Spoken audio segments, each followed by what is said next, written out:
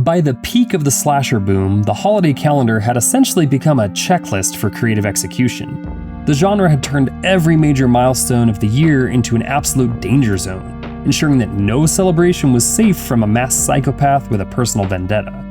Audiences weren't just going to the theater for simple jump scares.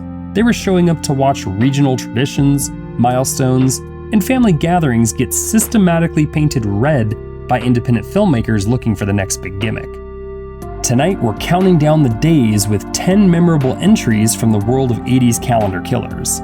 These are the films that turn the annual cycle into a relentless gauntlet of holiday-themed horror, utilizing everything from graduation gowns to Santa suits to deliver maximum tension. From the high-stakes paranoia of a New Year's Eve countdown to the isolated, trap-filled woods of a forgotten summer campsite, these stories prove that some traditions are best left uncelebrated. Check the date and lock your doors as we look at 10 80s calendar killers.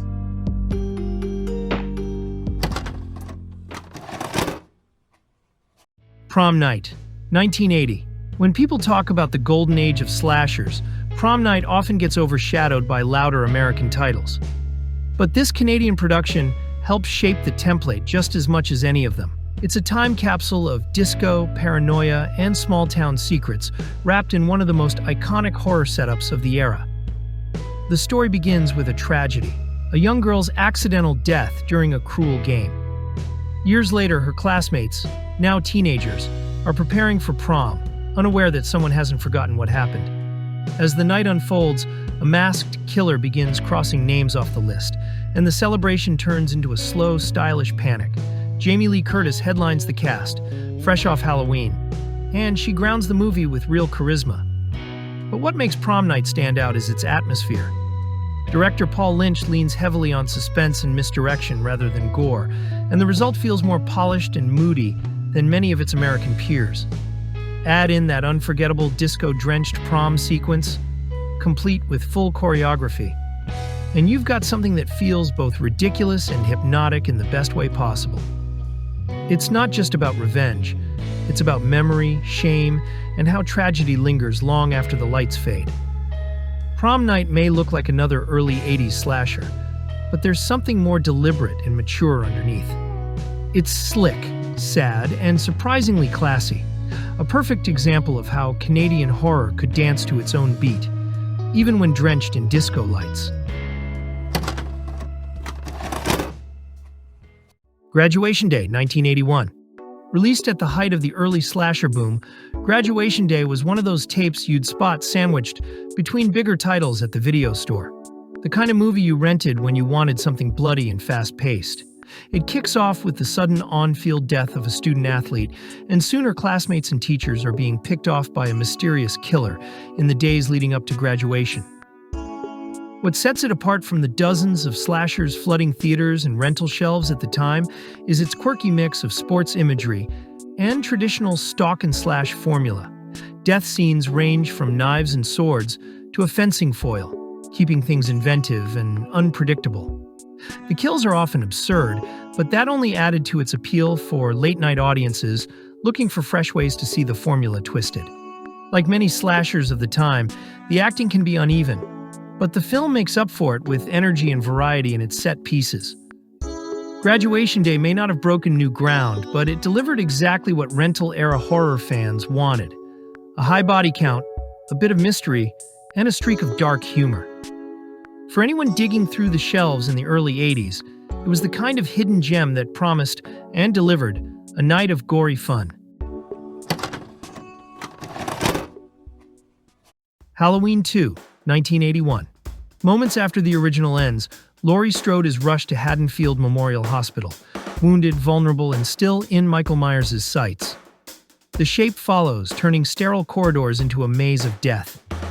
Director Rick Rosenthal, with John Carpenter producing and writing, shifts from suburban shadows to claustrophobic institutional dread. Flickering lights, empty hallways, and relentless pursuit. Carpenter's expanded synth score keeps the eerie pulse alive amid the hospital's cold fluorescence. Jamie Lee Curtis returns as Laurie with quiet resilience, while Donald Pleasance's obsessive Dr. Loomis races to stop the unstoppable. The ensemble of nurses, patients, and staff heightens the sense of widespread vulnerability. The film trades some of the original's subtlety for more visceral set pieces and a major mythology reveal, giving his fixation a twisted family root. Though initially divisive for leaning harder into explicit terror, Halloween 2 has earned cult status as a gripping 80s sequel. Its hospital siege remains a late-night staple, cementing Laurie as the ultimate survivor and expanding Michael's boogeyman legend into deeper, darker territory.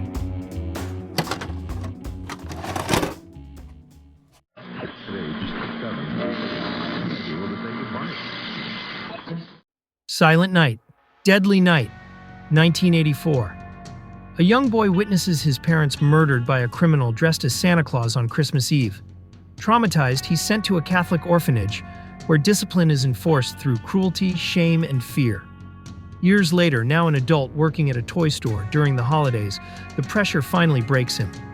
Forced into a Santa suit, he snaps, turning the symbol of goodwill into a vehicle for punishment against anyone he judges as naughty. The film sparked immediate controversy. Parents' groups protested its depiction of a killer Santa, leading to its removal from theaters after only a short run. Robert Brian Wilson plays Billy with unsettling sincerity, presenting him less as a monster and more as a deeply damaged person. Lillian Chauvin is chilling as the Mother Superior, whose rigid, abusive authority plays a direct role in shaping Billy's fractured worldview. The violence is blunt and cruel, murders staged as moral punishment rather than spectacle. An axe, Christmas lights, mounted antlers, all turned into tools of judgment.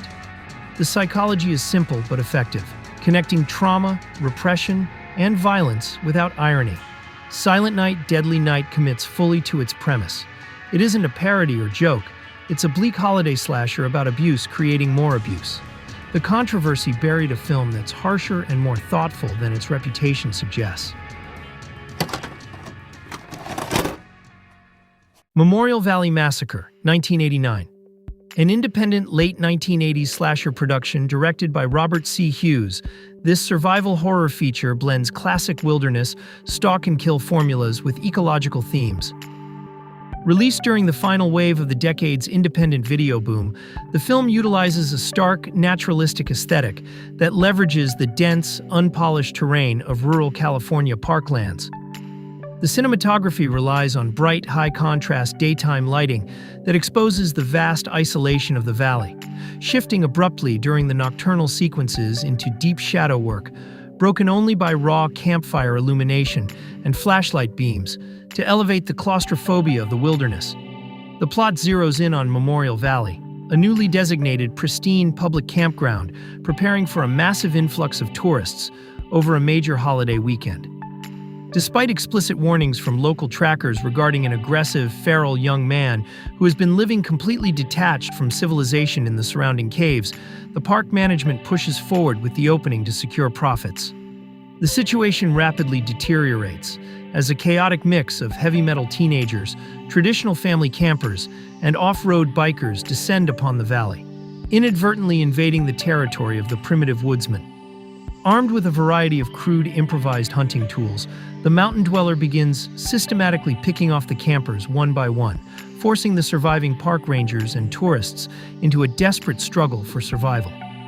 John Kerry anchors the main cast as the stubborn campground operator George Webster, sharing the screen with a couple of prolific B-movie legends to populate the standard 1980s character archetypes, including appearances by Cameron Mitchell and William Smith. The film relies on traditional practical makeup and physical stunt coordination to deliver its sequence of wilderness confrontations. It remains a distinct example of the late-era regional exploitation market. My Bloody Valentine, 1981. The mining town of Valentine Bluffs carries a dark secret beneath its blue-collar exterior. 20 years ago, a tragic mining accident led to a series of Valentine's Day murders, forcing the town to cancel its traditional holiday dance. Now, as young miners decide to revive the celebration, someone in full mining gear is making sure history repeats itself. What sets My Bloody Valentine apart is its authentic working-class setting. Unlike other slashers set in summer camps or suburbia, This film digs into the gritty reality of a mining community. The characters feel genuine. These aren't stereotypical teenagers, but hardworking miners dealing with real relationships and responsibilities. The film takes time to show the actual workings of the mine, making the setting a character in itself. The killer's outfit, complete with gas mask, helmet, and pickaxe, creates one of horror's most distinctive silhouettes. The mining gear isn't just a costume, it's a symbol of how the town's lifeblood is turned against its people. Director George Mihalka uses the claustrophobic mine tunnels to masterful effect. The darkness isn't just for atmosphere, it's a workplace hazard these characters deal with daily. When the kills come, they're brutal and inventive. The film's original cut was heavily censored, but even the trimmed version maintains its impact through suggestion and staging. The Valentine's Day setting isn't just a holiday gimmick, it ties into themes of love, betrayal, and the way trauma echoes through generations. The town's attempt to reclaim joy becomes a catalyst for violence, while candy heart motifs take on sinister new meanings. My Bloody Valentine brings class consciousness to the slasher genre, creating a horror film that's as much about community identity and industrial trauma as it is about creative kills. It proves that sometimes the scariest monsters come from the everyday world of hard work and harder choices. April Fool's Day, 1986. A group of college friends reunite for a weekend getaway on a remote island, invited by their wealthy classmate Muffy. What begins as harmless pranks and party games slowly takes a darker turn. Guests disappear, supposed bodies appear, then vanish. Trust erodes, and by the time anyone realizes something is wrong, escape no longer feels guaranteed. The film leans heavily on ensemble chemistry. Deborah Foreman plays Muffy with an easy charm that never quite settles, keeping her presence ambiguous throughout. The supporting cast, including Thomas F. Wilson, Griffin O'Neill, and Amy Steele, feels unusually natural for an 80s slasher. These characters behave like actual friends, which helps sell the tension when suspicion sets in. Rather than pushing gore, the movie focuses on atmosphere and misdirection. The island mansion provides the usual genre tools, hidden rooms, narrow hallways, and isolation, but they're used to create uncertainty rather than shock. Violence is suggested more often than shown, and suspense comes from not knowing who to trust or what's real. The ending is famously divisive. Without giving it away, the final reveal reframes everything that comes before it. For some viewers, it's clever and playful. For others, it feels like the rug being pulled out from under the story. April Fool's Day isn't interested in topping the body count. It's more concerned with setting up a joke and seeing who sticks around for the punchline. New Year's Evil, 1980. A high-concept slasher that captures the transition from the grounded terror of the 70s to the theatrical high-body count gimmickry of the 80s. Emmett Alston's film centers on a radio DJ who receives a threatening phone call mid-broadcast. The caller vows to murder one person for every time zone as the clock strikes midnight, turning a Los Angeles New Year's Eve celebration into an elaborate countdown. It is a premise that practically begs for suspense, placing the protagonist directly in the line of fire, while the city's party atmosphere serves as an ironic backdrop to the mounting carnage. Alston leans into the gimmick-heavy aesthetic of the era, treating the killer's elaborate setup like a dark, perverse stage performance. Because the countdown structure is so rigid, the film manages to maintain a strange, frantic momentum even when the logic begins to fray. The killer, a masked, disorienting presence, is less a fully realized character and more a manifestation of the DJ's own fractured professional world, making the cat-and-mouse game feel surprisingly intimate despite the urban scale of the hunt. While the acting fluctuates between competent and wildly over-the-top, the film possesses a sleazy, neon-soaked charm that is hard to ignore. It is a quintessential piece of calendar horror, utilizing a specific holiday to create a sense of urgency that few slashers of the time bothered to replicate. For those who view these films as time capsules of regional, low-budget ingenuity, it remains a fascinating, if occasionally clumsy, example of how the slasher genre began to prioritize the how and when of the kill over the why. Christmas Evil, 1980. Obsessed with the idea of a perfect Christmas, a toy factory worker begins spiraling into darkness as his fixation turns violent. Every meticulously wrapped gift and glowing Christmas tree contrasts sharply with his unraveling mind, creating an uneasy tension that lingers throughout the film. The horror isn't just in physical acts, but in watching someone's obsession consume them, turning something joyful into something terrifying. Streets lined with decorations, children playing in the snow, and holiday music playing faintly on radios create a backdrop of warmth that only heightens the sense of unease. As the protagonist's fixation intensifies, the juxtaposition of cheer and chaos becomes increasingly disturbing, making ordinary holiday rituals feel threatening. Performances ground the story in realism.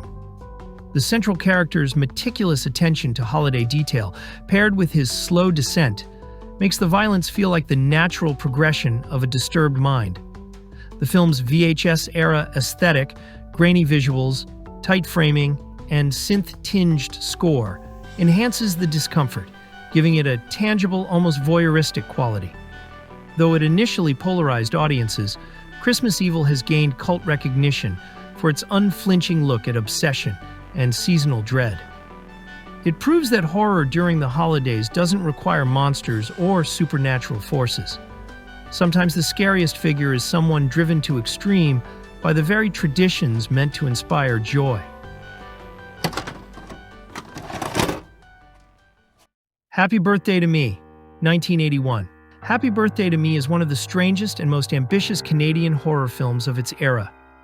On the surface, it looks like a standard body count movie, a group of wealthy prep school friends getting picked off one by one, but it quickly becomes something far more unhinged. Directed by J. Lee Thompson, who had once made Cape Fear and The Guns of Navarone, this was his Canadian detour into horror. And you can tell he took it seriously. It's shot beautifully, with rich colors and moody lighting that make it feel closer to a mystery thriller than a grindhouse slasher. Melissa Sue Anderson from Little House on the Prairie stars as Virginia, a girl recovering from a traumatic accident that left her with memory loss. When her classmates start dying in increasingly bizarre ways, she begins to suspect she might be the one responsible. The kills are creative, the tone constantly shifts, and by the time the ending arrives, it's so over the top, it circles back around to brilliance. That finale is pure VHS-era excess, ridiculous, dramatic, and unforgettable. There's also something distinctly Canadian in how it was made, shot in Montreal, filled with local actors, and blending classy cinematography with cheap shock value. It's polished and grimy at the same time, a weird middle ground that only Canadian horror from this period seems to find. Happy Birthday to Me may not have become a household name like Friday the 13th or Halloween, but it's one of the most entertaining hybrids of slasher tropes and psychological mystery the genre ever produced. A film that's part whodunit, part nightmare, and all attitude.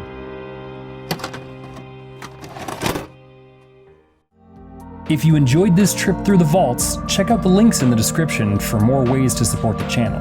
And don't forget to like and subscribe. Until next time. And remember, always be kind and rewind, because every movie is somebody's favorite.